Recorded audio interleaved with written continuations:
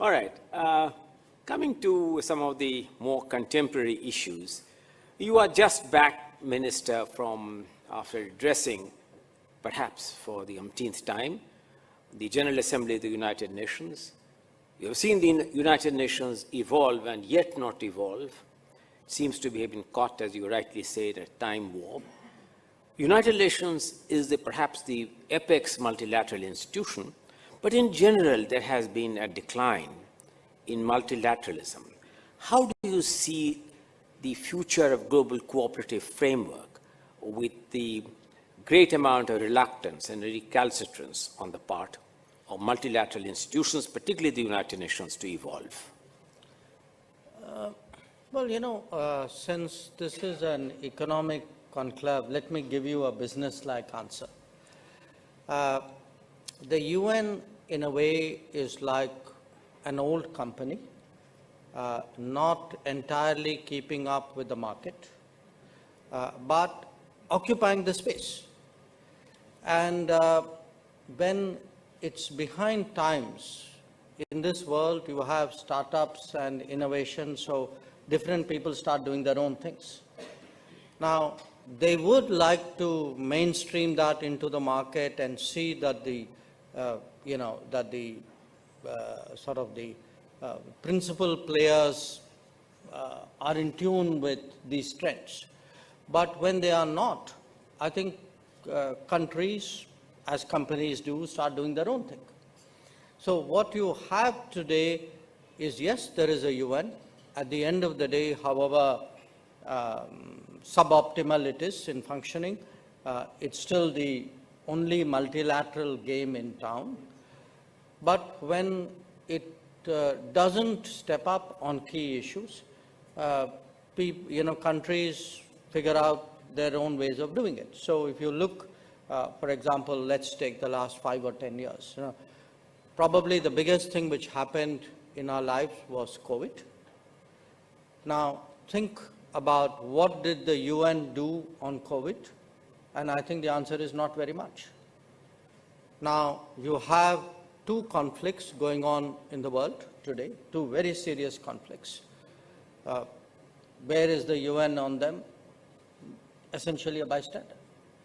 So what is happening is that, as you saw even during COVID, countries either did their own thing, or you had an initiative like COVAX, which was done by a group of countries. When it comes to the big issues of the day, I think increasingly you find combinations of countries who come together and say, let's agree on this and let's go and do it. So you have, let us say, connectivity, and you have something like IMEC. So you have India, Middle Eastern countries, European countries, US doing their thing.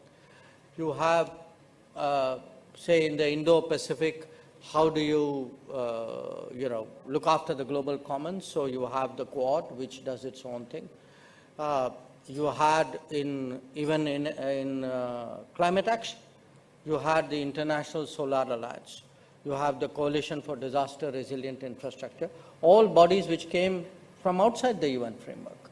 So I think today the UN will continue, but increasingly there's a non-UN space, which is the active space, and I think it's telling on the UN.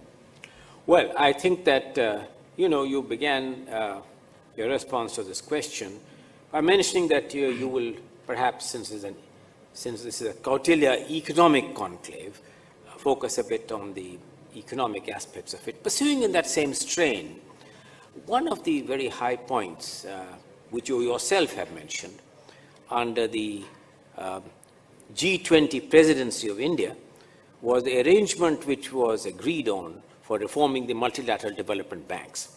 You have spoken about it.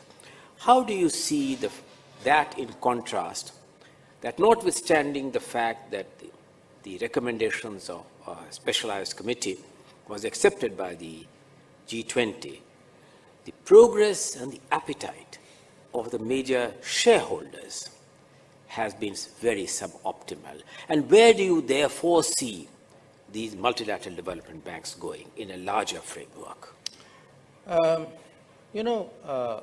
First of all, I think it was very good that in the last year and a half, we had that progress, we had that direction, that momentum. In a sense, the Brazilian presidency is picking up on it, hopes to take it forward.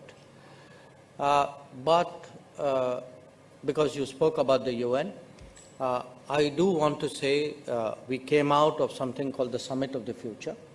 It produced a document called the Pact of the Future, and what that entire exercise revealed was really a great sense of frustration in large parts of the world, whether actually their problems are getting heard, recognized, and are there solutions in the making.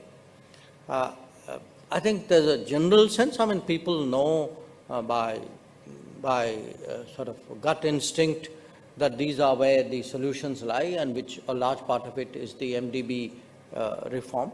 But again, here's the reality. The reality is that in global politics, there is, at the end of the day, limited bandwidth. There are one or two issues which suck up much of the oxygen. I think we've seen that now for 2.5 years in Ukraine and in the last year in the Middle East.